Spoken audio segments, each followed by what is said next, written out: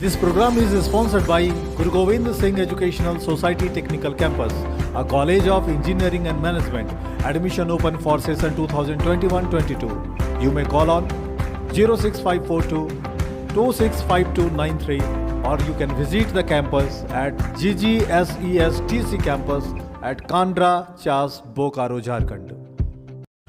नमस्कार, जेटीएन news India में आपका स्वागत है। और इस वक्त यहाँ आप देख रहे हैं कि भारतीय जनता पार्टी के जो नेता और कार्यकर्ता हैं ये चास ब्लॉक जो कार्यालय है वहाँ पर एक दिवसीय प्रदर्शन कर रहे हैं। हेमंत सोरेन के जो सरकार है उस पे लॉ एंड ऑर्डर को लेकर के, पंचायत और नगर निकाय के चुनाव को विलम्ब जो हो रहा है उसको लेकर के, और इसके अलावा और भी बहुत सारे मुद्दे हैं। ये जरा सीधे जुड़ लेते हैं। भारतीय जनता पार्टी के महामंत्री संजय त्यागी और अजीत कुमार महतो जी यहाँ पर मौजूद हैं। सबसे पहले तो अजीत दा, स्वागत आपका जेटीएन न्यूज़ इंडिया पे। और जो विफलता है आप लोग गिनवा रहे हैं कि हेमंत सोरेन सरकार का लॉ एंड ऑर्डर ख़राब हो गया, नगर निकाय का चुनाव नहीं हो रहा है, पंचायत का चुनाव नहीं हो रहा है, तो ज़रा ब्रीफ कर दीजिए कि आखिर ये पूरा प्रदर्शन क्यों हो रहा है। आज जो भारतीय जनता पार्टी अपना प्रदर्शन कर रहा है, विपक्ष का रोल में सरकार देख रही है कि जिस उद्देश्य से झारखंड का निर्माण किया गया था, झारखंड मुक्ति मोर्चा के हर्ता शिबू सोरेन अभी जिंदा हैं, जिनके सुपुत्र अभी गद्दी चला रहे मुख्यमंत्री की हैसियत से, लेकिन झारखंड के लोगों को कोई लाभ नहीं मिल रहा है। किसान को सुविधा नहीं मिल रही, जो केंद्र से आ रहा है वो किसानों तक नहीं पहुंच पा रहा है।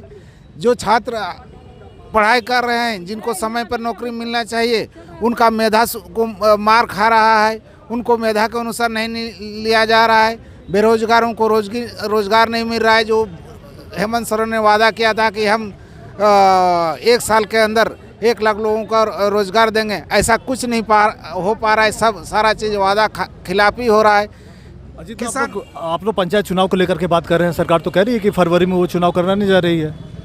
अभी उसके लिए कहाँ वैसा कोई सुनगुन हुआ, अभी कोई कार्यक्रम नहीं चल रहा है जिससे उम्मीद किया जा सके कि फरवरी में चुनाव हो सकेगा। ऐसा कोई चहल पहल नजर नहीं आ रहा है हम लोगों को, इसलिए बाध्य होकर के प्रदर्शन करना। बोले थे कि दिसंबर को चुनाव होगा। जदू जी क्या कहना चाह रहे थे आप? सरकार पहले भी बोली थी कि दिसंबर को चुनाव होगा, लेकिन चुनाव नहीं हुआ। अब फरवरी में होगा ऐसा कोई गारंटी नहीं है।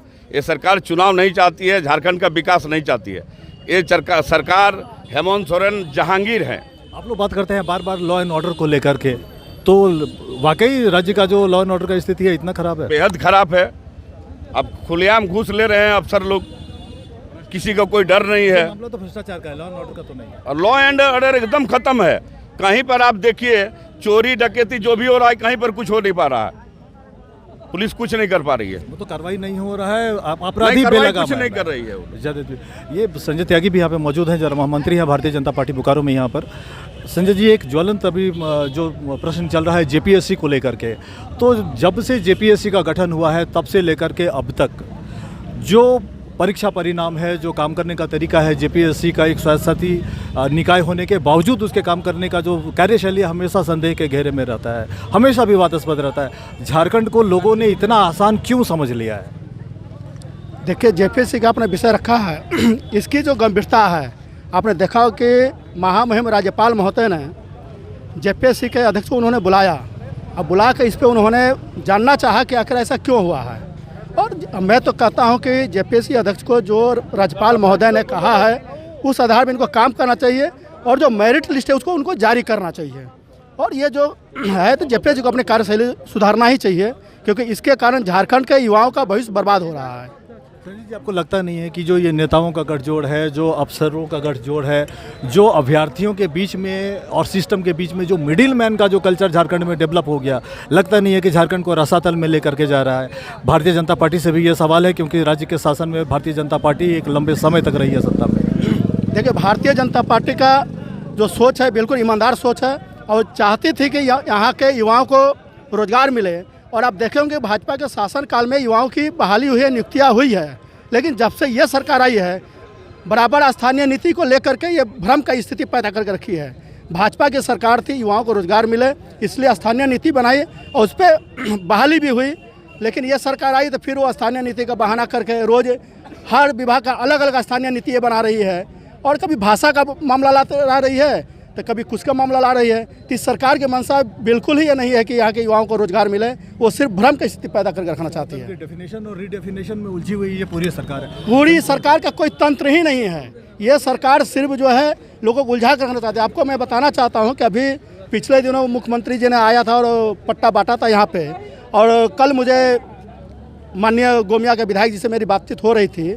आपको मैं बताता हूँ कि 35 साल पूर्व जिनको पट्टा दे दिया गया है उसको ब्लॉक से सत्यापित कर वो पट्टा बांटा गया है। तो आखिर क्या जताना चाहते हैं यहाँ के जनता? खाली लिपापोती हो रहा है। संजय जी वक्त निकाला, अजीत जी आपने और जयदेव जी आपने भी, आप लोगों का बहुत बहुत धन्यवाद।